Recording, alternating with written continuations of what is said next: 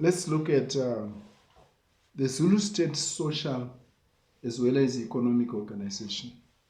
Socially, the Zulu people believed in God, whom they called Nkulunkulu.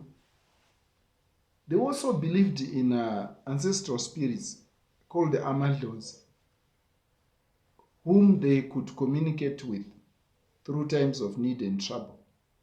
They said it was these Amadlos who were able to communicate with Nkulunkulu. They also believed that every misfortune that befell the people or the state was a result of sorcery or witchcraft. So they liked so much to consult witch doctors and Amadlos when they had any type of misfortune. Now, settlements were secular, and each settlement had a cattle pen at the center. So that means they valued their cattle so much that they put them at the center of their homesteads so that they would be able to protect them 24 hours a day. Cattle were important because they were an item of trade. They were also used to pay tribute. At the same time, cattle were a symbol of wealth. One's wealth was measured, among other things, by the size of one's cattle head. So cattle were very important. They also practiced polygamy, where a man could marry as many wives as they could afford. The Zulu language was spoken by everyone, including those that were captured and adopted into the Zulu state. They were expected to speak the Zulu language.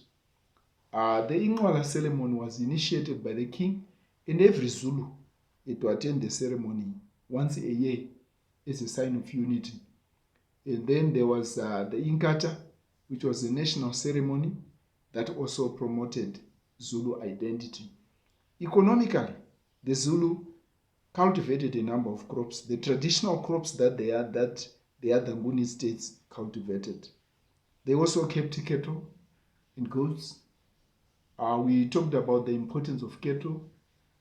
They made pottery, beadwork, and wood carving. This was done to produce goods that could be used for daily use. They traded iron with each other. Iron tools, iron weapons were traded. Remember, we said they learned to make items out of iron. Cattle were kept for milk, their hides, as well as meat. They also paid tribute to the kings and the chiefs in the form of cattle, animal skins, and other important items. The people also practiced external trade with the English traders, where they got cloth, beads, and these they exchanged for ivory. The ivory which they got through hunting was used for trade. They also practiced hunting and gathering, and this hunting was also done by the soldiers, the regiments. It was also used as a way of improving their fighting methods because it hardened these soldiers. So basically, that was how the Zulu state was organized socially as well as economically. Thank you.